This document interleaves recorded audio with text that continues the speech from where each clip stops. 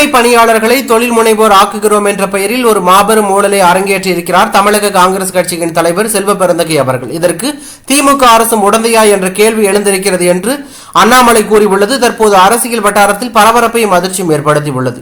இதுகுறித்து அவர் வெளியிட்டுள்ள செய்திக்குறிப்பில், தூய்மை பணியாளர்களை தொழில் முனைவோர்களாக மாற்றுவதாக அறிவித்து அவர்கள் சென்னை குடிநீர் வாரியம் மற்றும் நகராட்சி நிர்வாக இயக்குநரகம் மூலமாக அரசு பணிகளை ஒப்பந்தம் எடுத்து மேற்கொள்ள 524 கோடி மதிப்பில் அடுத்த 7 ஆண்டுகளுக்கு ஒப்பந்தம் வழங்கப்பட்டிருப்பதாக திமுக அரசு அறிவித்திருந்தது.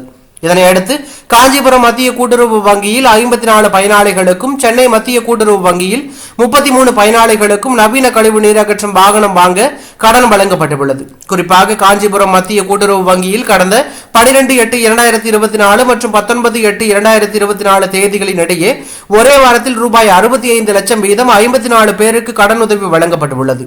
புதிய வங்கி கணக்கு தொடங்கி செக் புத்தகம் வழங்கிய அதே தினத்தில் கணக்கில் 65 லட்சம் ரூபாய் வரவு வைத்து பின்னர் 2 செக்குகளில் கையொப்பம் வாங்கிவிட்டு பயனாளிகள் அனுப்பி வைக்கப்பட்டுள்ளார்கள். கடன் வழங்கி 7 மாதங்கள் ஆகிவிட்டன. இதுவரை கடன் தொகையில் 1 ரூபாய் கூட திருப்பி செலுத்தப்படவில்லை. கடன் பெற்ற தினத்திற்கு பிறகு அந்த கணக்கில் எந்தவித பண பரிமாற்றங்களும் இதுவரை நடைபெறவில்லை.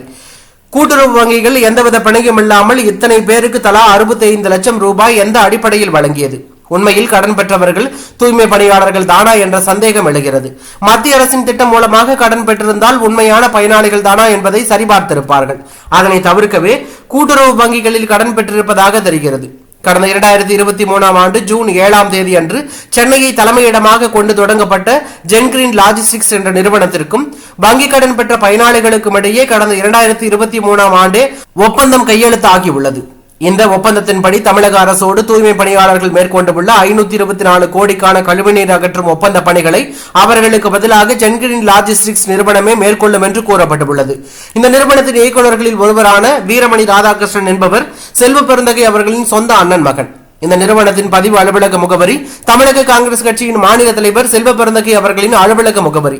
தூய்மை பணியாளர்கள் மறுவாழ்வுக்கும் அவர்கள் முன்னேற்றத்திற்கும் கொண்டு வரப்பட்ட திட்டம் திரு செல்வ பெருந்தகையின் பினாமி நிறுவனத்திற்கு வாகனங்கள் வாங்க பயன்படுத்தப்பட்டுள்ளது என்பது திமுக அரசுக்கு தெரியாமலா நடந்திருக்கும்?